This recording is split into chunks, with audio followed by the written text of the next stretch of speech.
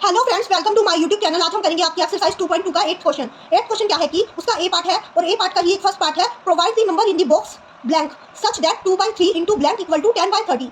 तो हमें number fill करना है ब्लैंक बॉक्स में जिससे बने 2/3 मल्टीप्लाई यहाँ पर क्या आना चाहिए जिससे 10/30 बन जाए, 10/30 बन जाए। तो जब दो फ्रैक्शंस की मल्टीप्लाई होती है तो किस तरह से होती है? न्यूमिनेटर वाली को न्यूमिनेटर से, डिनोमिनेटर वाली को डिनोमिनेटर से। तो ये जो आया, ये न्यूमिनेटर ऊपर जो न्यूमिनेटर आया वो न्यूमिनेटर और न्यूमिनेटर को मल्टीप्लाई करके आया होगा, और जो डिनोमिनेटर आया वो डिनोमिनेटर और डिनोमिनेटर को मल्टीप्लाई करके आया होगा। तो पहले हमें न्यूमिनेटर फाइंड करना है कि इसका क्या न्यूमिनेटर रहा होगा कि जो ये 10 बन गया। 2 में क्या मल्टीप्लाई किया होगा कि ये 10 बन गया। 2 में मल्टीप्लाई किया होगा 5, क्योंकि 2 5 से क्या होता है 10। तो ये आ जाएगा 5 हमारा न्यूमिनेटर। तो आ गया। अब डिनोमिनेटर देखते हैं। डिनोमिनेटर एक हमें क्या गिवन है, एक का डिनोमिनेटर 3 गिवन है और बना क्या 30 बना। 30 बना। 30 कब बना होगा? जब 3 को 10 से मल्टीप्लाई किया होगा। 3 को 10 से मल्टीप्लाई किया होगा तब 30 बना होगा, क्योंकि 3 10 30 होते हैं ना। 3 10 30 होते हैं, ऐसे 2 5 10 होते हैं। तो ये तब आया होगा 10/30 जब 2/3 को किससे मल्टीप्लाई किया होगा 5/10 से। 2/3 को मल्टीप्लाई किया होगा 5/10 से। तो इसका आंसर क्या आएगा? इस बॉक्स में क्या आएगा? 5/10। वो हमने फिलअप कर दिया। तो क्या आएगा? इधर भी लिख देती हूँ मैं, 5/10 आएगा, 5/10।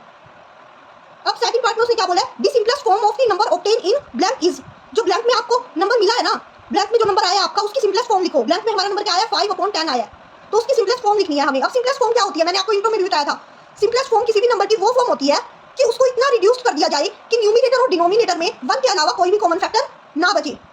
1 के अलावा कोई भी कॉमन फैक्टर ना बचे न्यूमिनेटर और डिनोमिनेटर में। लेकिन इस फॉर्म को देखो, जो 5/10 आया है हमारा, 5/10 आया। 5/10 में एक कॉमन फैक्टर है, वो क्या है? 5 का कॉमन फैक्टर, क्योंकि 5 1 क्या होता है? 5 होता है और 5 2 10 होता है। तो 5 हमारा कॉमन फैक्टर है, तो हमें इसी कॉमन फैक्टर को खत्म करना है और फिर उसके बाद जो फॉर्म आएगी वो फॉर्म कहलाएगी हमारी सिंपलेस्ट फॉर्म। तो कैसे खत्म करेंगे? 5/10 को क्या करेंगे? कट कर देंगे 5 के टेबल से। 5 1 5, 5 2 10, 5 1 5, 5 2 10, यानी कि सिंपलेस्ट फॉर्म क्या आ गई हमारी? 5/10 की 1/2, 1/2 आ गई। हमने जो ब्लैंक था हमारा उसकी सिंपलेस्ट फॉर्म निकाल दी। अब चलते हैं इसके बी पार्ट पे। बी पार्ट क्या है? Provide the number in the box blank such that 3/5 multiply blank is equal to 24/75। अब हमें वैसे ही न्यूमिनेटर का पता लगाना है और डिनोमिनेटर का पता लगाना है। 3 को किससे मल्टीप्लाई किया होगा? किसका न्यूमिनेटर 24 बन गया। 3 को मल्टीप्लाई किया होगा 8 से, क्योंकि 3 8 जा होता है 24, 3 8 जा होता है 24। तो 8 से मल्टीप्लाई किया होगा 3 को। 3 को मल्टीप्लाई किया होगा 8 से, जब ये 24 बना है। और नीचे वाला क्या है? नीचे वाला देखो 5 multiply blank is equal to 75 है। तो 5 को किससे मल्टीप्लाई किया होगा कि 75 बन गया? 5 को मल्टीप्लाई किया होगा 15 से, 15 से मल्टीप्लाई किया होगा 5 को, जब ये बना है 75। तो ये 24/75 कैसे आया? 8/15 से मल्टीप्लाई किया होगा। जब हमने 3/5 को 8/15 से मल्टीप्लाई किया तो क्या आया? 24/75। इट मींस इस बॉक्स में क्या आएगा? 8/15 आएगा। इधर भी लिख देती हूँ 8/15। तो इसका आंसर है 8/15। अब इसका सेकंड पार्ट देखते हैं। इसी का सिंपलेस्ट फॉर्म बतानी है, जो नंबर हमें ब्लैंक में, यानी कि ब्लैंक बॉक्स में जो नंबर हमें मिला है उसकी सिंपलेस्ट फॉर्म। अब इसकी सिंपलेस्ट फॉर्म है ना, ये खुद ही होएगा। खुद क्या होएगा इसकी सिंपलेस्ट फॉर्म? क्योंकि सिंपलेस्ट फॉर्म क्या होती है? सिंपलेस्ट फॉर्म वो फॉर्म होती है जिसमें न्यूमिनेटर और डिनोमिनेटर में 1 के अलावा कोई भी कॉमन फैक्टर ना हो। जिसमें न्यूमिनेटर और डिनोमिनेटर में 1 के अलावा कोई भी कॉमन फैक्टर नहीं हो। लेकिन इसमें तो पहले से ही 1 के अलावा कोई भी कॉमन फैक्टर नहीं है। ऊपर वाले में हमारा क्या आएगा? 5/10। उसमें क्या था? एक कॉमन फैक्टर था 5।